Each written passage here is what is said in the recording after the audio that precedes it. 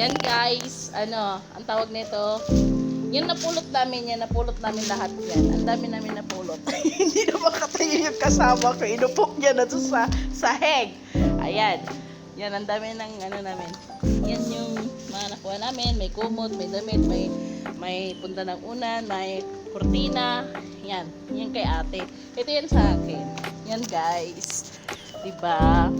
Yan. Puro mga ano na yan. Ukay-ukay. Tinapon sa basura, kinuha namin. May mga punta ng unan, kumot, sa foam, lahat-lahat po yan. Tapos may t-shirt. Ang gaganda ng mga t-shirt, sangka, o diba? Ang gaganda ng t-shirt yan. So, ito pa. Yan, magaganda yung t-shirt. Yan. Yan yung mga t-shirt. Yan guys. Binidyo ko lang po. Thank you sa watching.